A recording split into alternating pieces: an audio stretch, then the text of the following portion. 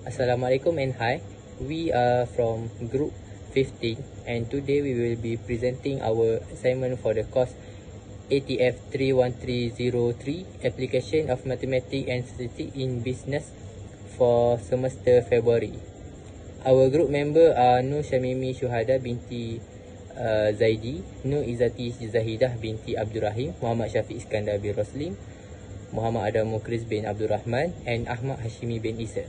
In this presentation, we will discuss the statistical analysis conducted using IBM SPSS statistics based on an insurance charge dataset consisting of 1,338 observations. This study involved several variables including age, gender, body mass index BMI, number of children, smoking status, region and insurance charges.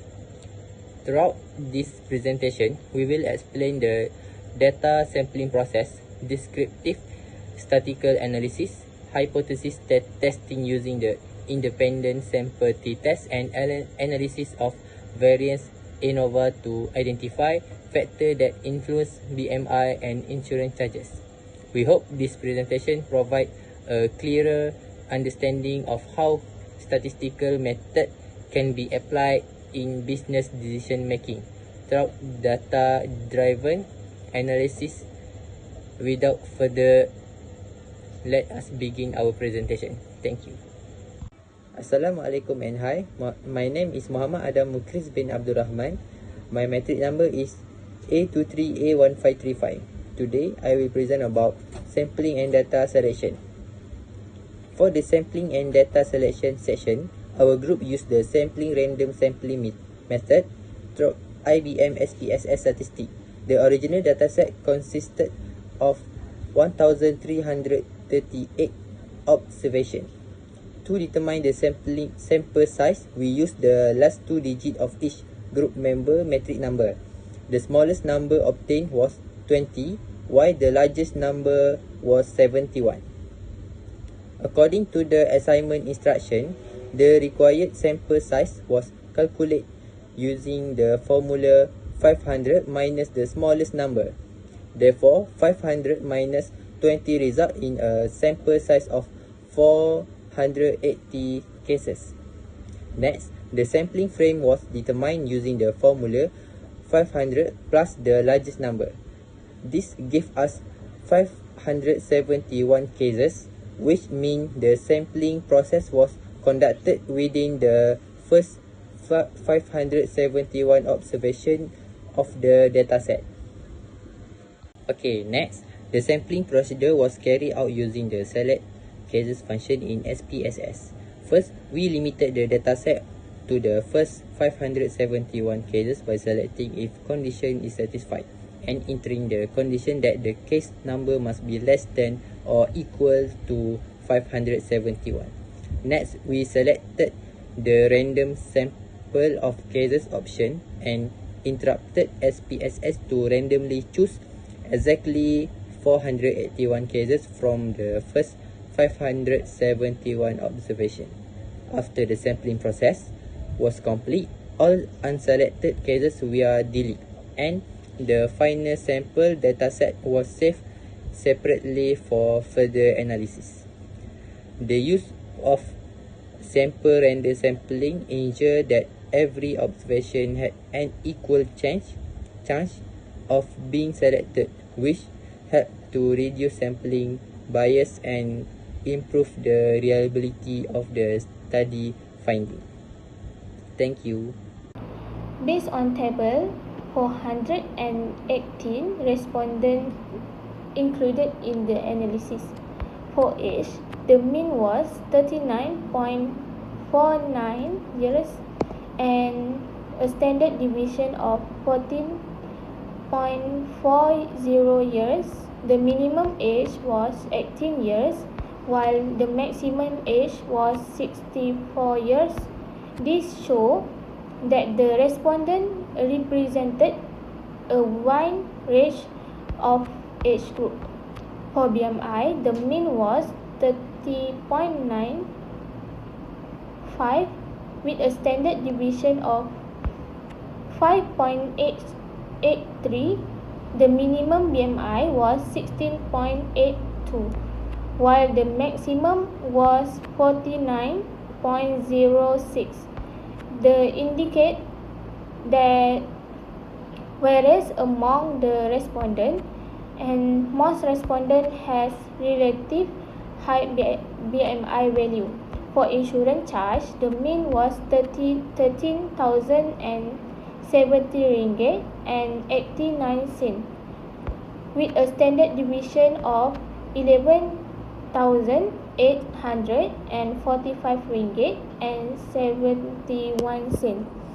The minimum charge was 1,137 ringgit and 1 cent, while the maximum was 63,770 ringgit and 43 cents. The large standard deviation show the insurance charge varied sustained among the respondents. Based on histogram, insurance charge show a positively distribution. Most respondents has low moderate insurance charge, while only a small number of respondents had very high charge. The age histograms show that the respondent reasonably distributed from young adult to middle-aged individual. There are no obvious extreme outlier in the age data. For BMI, the histogram was approximately bell-shaped and close to a normal distribution. Most respondents has BMI value between 25 and 35. Lastly, the gender pie chart show that 51% of the respondents we are male, while 49% we are female. This shows that the sample was almost evenly divided between both genders.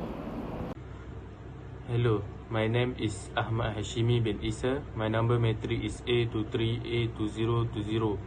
Today, I will present about hypothesis testing. Hypothesis testing was conducted to determine whether there was a sufficient evidence from the sample to support a claim about population.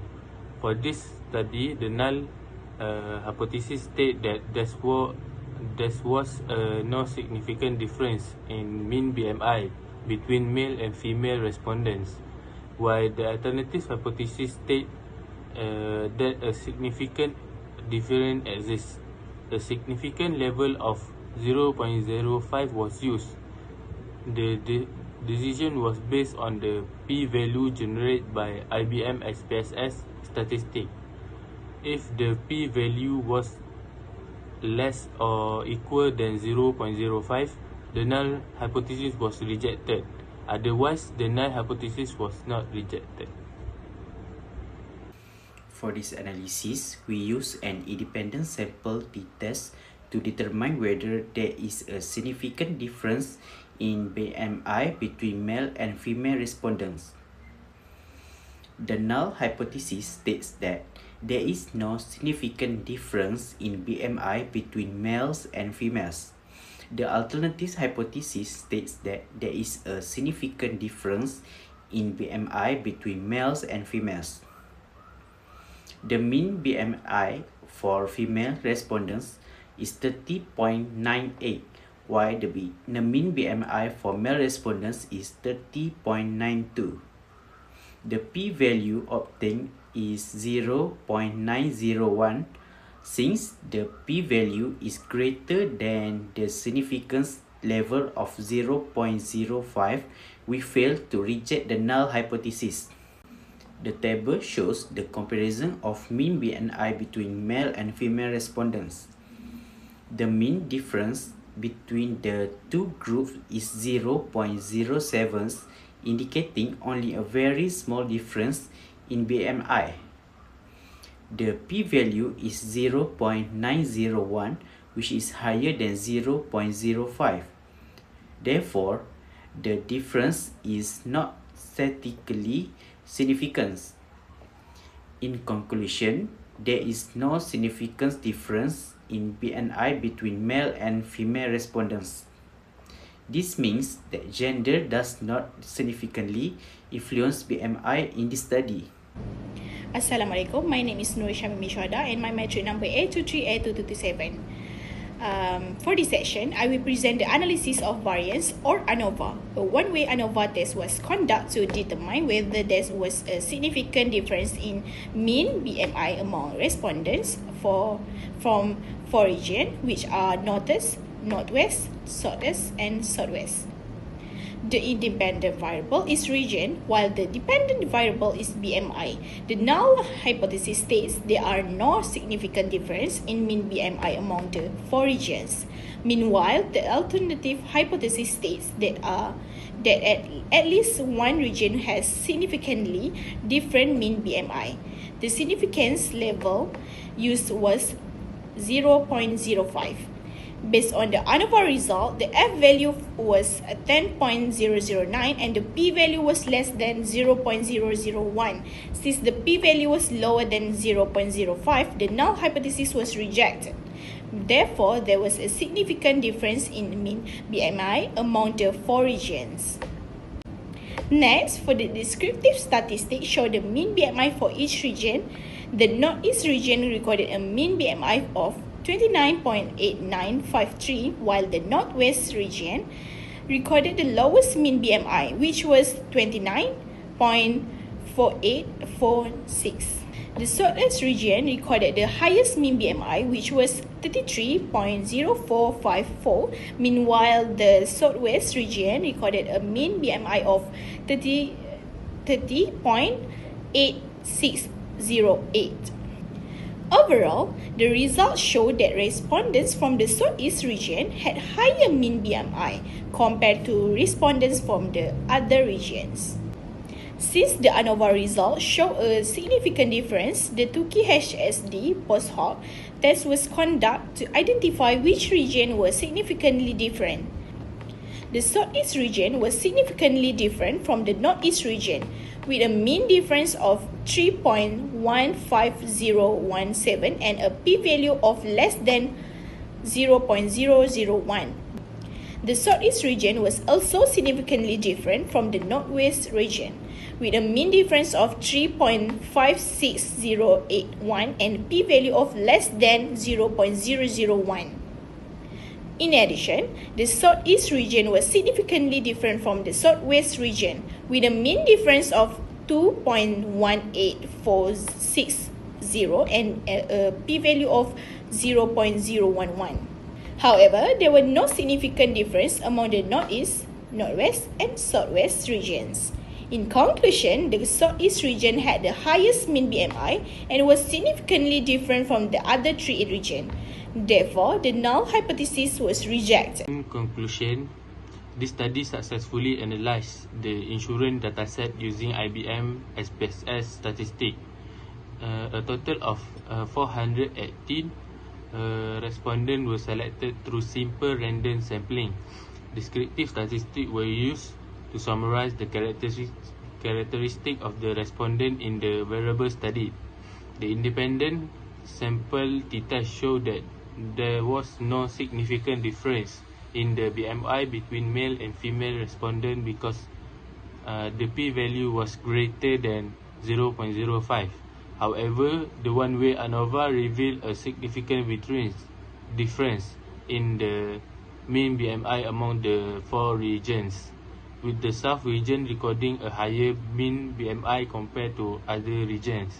Overall, the study demonstrates that inferential statistics can provide meaningful insight from the sample data and support evidence-based decision making. Thank you.